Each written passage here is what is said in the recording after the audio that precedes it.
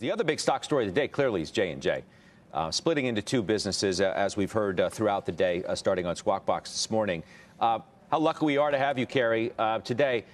Not that you own the stock, but you did used to run the healthcare and biotech fund at Fidelity. So I want your perspective.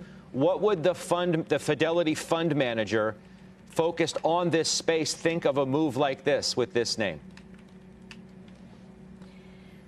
Well, you have to be positive if you're thinking that J&J has 2/3 of its business in healthcare. It's 1/3 consumer. And the consumer side has been a drag on the multiple and I think on the universe of potential buyers and analysts who follow the stock. It's a hybrid company, and the world is much more specialized in terms of how we look at companies and the way people who analyze them, talk about them, and own them have become. So this breakup, I think, is only for the positive for J&J. Consumer staples traded below a market multiple. And, Band-Aid and Neutrogena, they have many good staple businesses within that umbrella. But if you think about where on the healthcare side there's potential for multiple expansion, and biotech is the highest multiple group within healthcare. I mean, generally it is.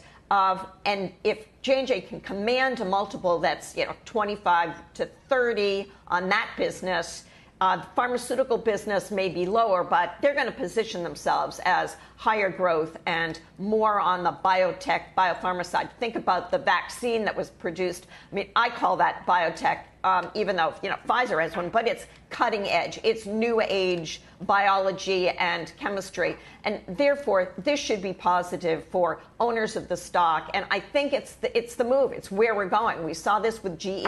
We're going to see it with other companies.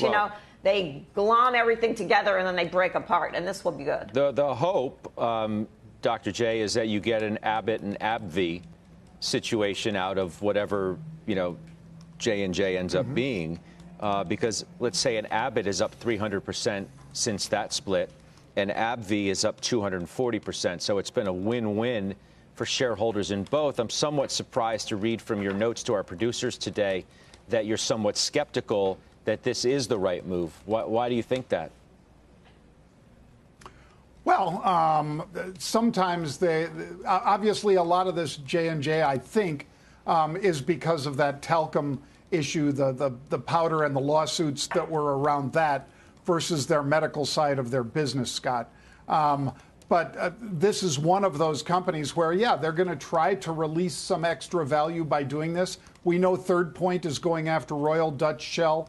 Obviously, completely different sector, but nonetheless, to try to release some of that value. To me, it didn't make Johnson & Johnson more interesting than it was before. I've traded this one, but it's not a core holding of mine. Steve Weiss, what do you think of this? Look, I think it's a great move, both to shield the assets in the pharma area, as John mentioned, because of the talc lawsuits, judgments that are there, and more that are coming. But we've seen this. Companies do it. This is a high-profile one, as was GE.